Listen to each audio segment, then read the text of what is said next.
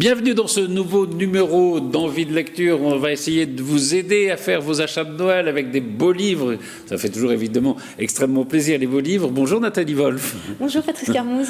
Alors vous allez nous présenter un livre tout à l'heure, qui on peut dire tout de suite, on peut révéler, c'est le livre de Laura Adler, le corps des femmes. Et puis nous sommes avec Jean-Yves Maximilien. Bonjour. Bonjour. Alors, vous êtes libraire à Fontenay-le-Fleury. La librairie s'appelle JMS. JMS, c'est les initiales de Je me souviens. Ça, on pense évidemment à Pérec. Alors, c'est pas à Pérec que ça se réfère, c'est à la devise du Québec. Ah. Eh oui. Et c'est quoi la devise du Québec alors ? Eh ben, c'est justement, je me souviens, et pour se remémorer de l'histoire du Québec et de ses origines françaises, entre autres. Voilà. Et donc, c'est le créateur de la librairie, qui est créée depuis 1990 maintenant, qui a souhaité donner ce nom à la librairie en référence à cette devise du Québec. Alors, avant de parler des beaux livres que vous allez nous conseiller, je voudrais peut-être un petit mot de la situation. Là, les librairies vont rouvrent. Ça change quand même les choses, même si vous pratiquiez ce qu'on appelle le click et collect. Oui, tout à fait. On a pratiqué ça. Alors, lors du premier confinement, c'était un petit peu les balbutiements, mais cette fois-ci, on était relativement mieux organisé. Et puis aussi, on a eu un fort répondant de la part de nos clients. Et donc, c'est vrai que ça a été assez réconfortant pour nous de pouvoir continuer à travailler, évidemment, dans des conditions moins bonnes, puisqu'il n'y a pas le contact avec le client, il n'y a pas le conseil, etc. Mais on a pu, en effet, relativement travailler d'une façon continue depuis ce début du nouveau confinement jusqu'à maintenant. Mais on est très, très, très content de pouvoir ouvrir samedi. Ah oui, c'est quand même... Ça change quand même les choses et ça permet justement aux clients de venir choisir, de venir faire leur choix eux-mêmes. On n'achète pas tout à fait forcément la même chose quand on peut rentrer dans une librairie que quand on fait juste le click et collect. Alors, on va parler de beaux livres justement et je crois que le premier livre, Nathalie, le premier livre dont nous parle Jean-Yves... Eh bien, c'est Ted et Lee, Terre et Mer de Vincent Munier et Laurent Balesta. On vous écoute, Jean-Yves. Oui, c'est par ces temps de confinement, c'est vrai que c'est peut-être intéressant de pouvoir s'échapper. Et c'est un coffret qui regroupe deux livres. L'un de Vincent Munier sur. Alors là, on a une photo plutôt de la partie mer de Laurent Balesta. Laurent Balesta, qui est un photographe sous-marin de la faune sous-marine et avec des magnifiques photos de cette mer autour de la Terre Adélie. Terre Adélie, c'est une concession, on va dire, française en Antarctique, au sud de l'Australie. Et donc, Laurent Balesta, lui, a photographié des photos sous-marines et Vincent Munier, des photos sur la Terre. Donc, pour les deux, c'est des photos principalement quand même d'animaux, sous-marins ou terrestres, qui sont pour la plupart aussi communs, c'est-à-dire que on retrouve le phoque sur Terre comme dans la mer, et c'est vraiment des photos magnifiques, très bien cadrées, avec des couleurs sensationnelles. C'est vrai que c'est un livre qui donne envie de voyager dans la nature, de cette nature un peu difficile de l'Arctique, soit, mais c'est vraiment un très beau livre de voyage que l'on ne peut pas faire aujourd'hui. Et oui, c'est ça. Ça fait rêver. Ça fait rêver, exactement. Alors, deuxième livre, c'était cette fameuse exposition Matisse. Et alors là, on peut se procurer le catalogue de cette exposition qui avait eu lieu au Centre Pompidou. Oui, alors c'est une exposition qui a lieu à l'occasion des 150 ans de Matisse, et elle regroupe des œuvres donc du Musée d'Art moderne de Paris, mais également d'autres musées français et étrangers, dont le musée Picasso, le musée Matisse de Nice, etc., et de Grenoble également. Et donc, bon, Matisse, alors le titre de l'exposition a quand même un sens aussi. Mais Matisse pourquoi comme un roman. Ça fait référence au roman de Louis Aragon qui s'appelle Matisse roman, Henri Matisse roman. D'accord. Et bon, les deux artistes étaient très liés, et donc Aragon a fait cette œuvre sur Matisse, et ils étaient vraiment assez liés tous les deux. Et donc, bon, Matisse, on ne le présente pas, mais c'est un grand peintre du XXe siècle.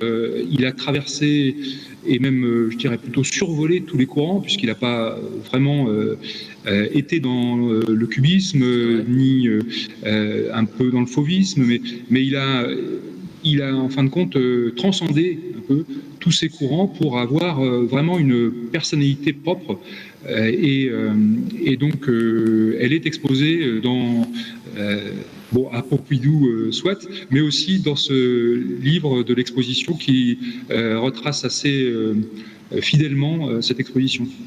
Et d'ailleurs, Nathalie, qui devait aller voir l'exposition et qui n'a pas pu, à cause de la Covid, vous allez vous précipiter évidemment sur ce catalogue. C'est ça, tout à fait. J'étais tellement triste de pouvoir voir cette exposition, encore que je vais pouvoir aller peut-être la revoir. Je ne sais pas jusqu'à quand elle dure exactement.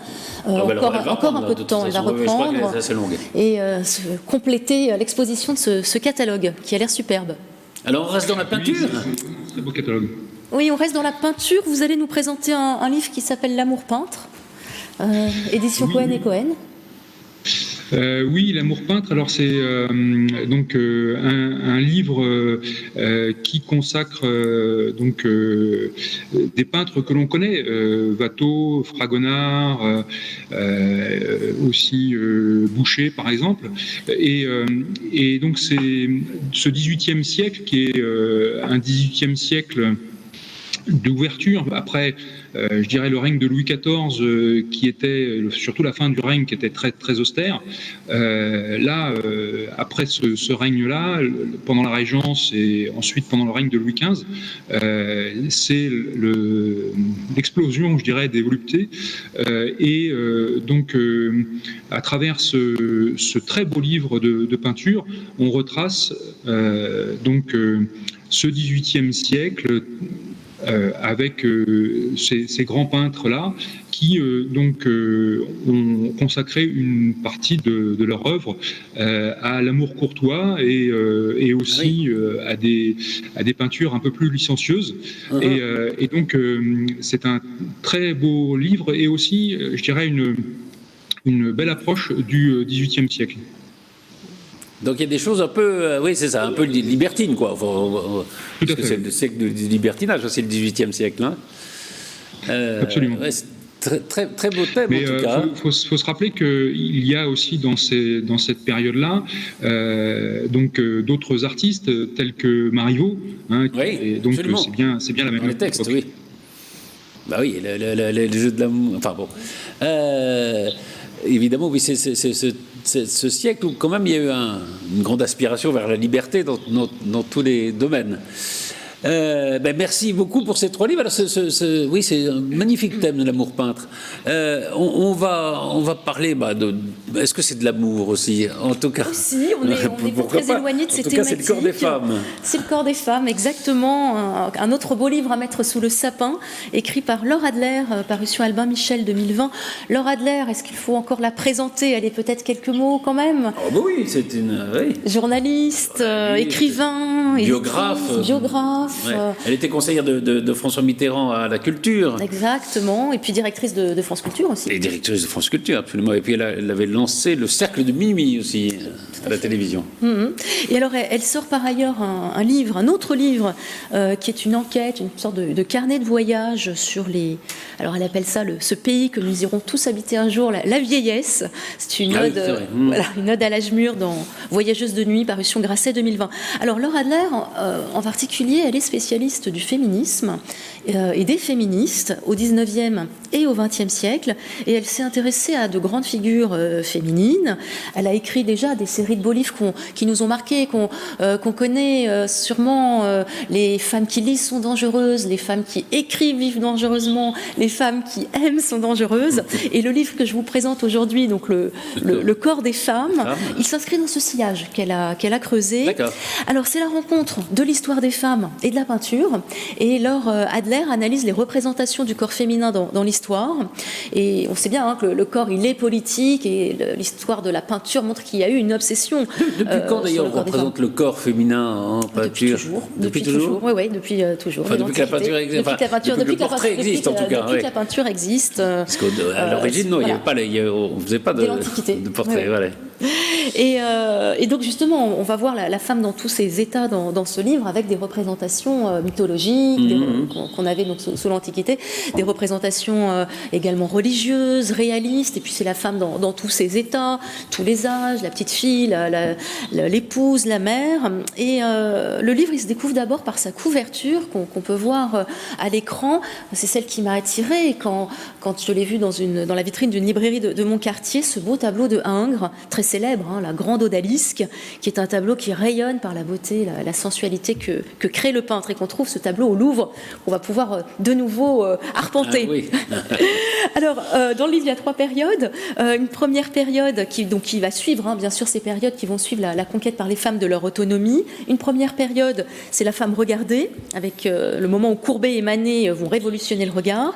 Une deuxième période à partir... Et l'origine du monde, évidemment. Oui, bien sûr.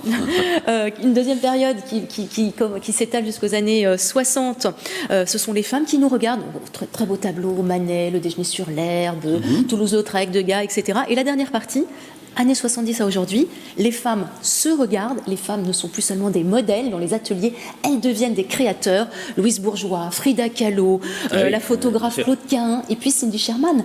Exposition. Et Cindy Sherman qui a exposé, qui devrait reprendre. En photo, enfin voilà. Bon, c'est un livre qui fait tout à fait envie. Donc, Le corps des femmes de Laure Adler, c'est chez Albin Michel. Et puis, Jean-Yves Maximilien, vous nous avez parlé de Adélie, Terre et Mère de Vincent Munier et Laurent Bellesta, de Matisse comme un roman, c'est le catalogue de l'exposition du Centre Pompidou, et puis de L'amour peintre qui est paru aux éditions Cohen et Cohen. Et puis, on a appris que, je me souviens, c'est pas seulement Georges Perec, c'est aussi la devise du Québec, c'est ça. Merci infiniment, Jean-Yves Maximilien. Je rappelle que vous êtes libraire, la librairie JMS à Fontenay-le-Fleury. Merci beaucoup. Merci beaucoup, Nathalie. Merci, Patrice.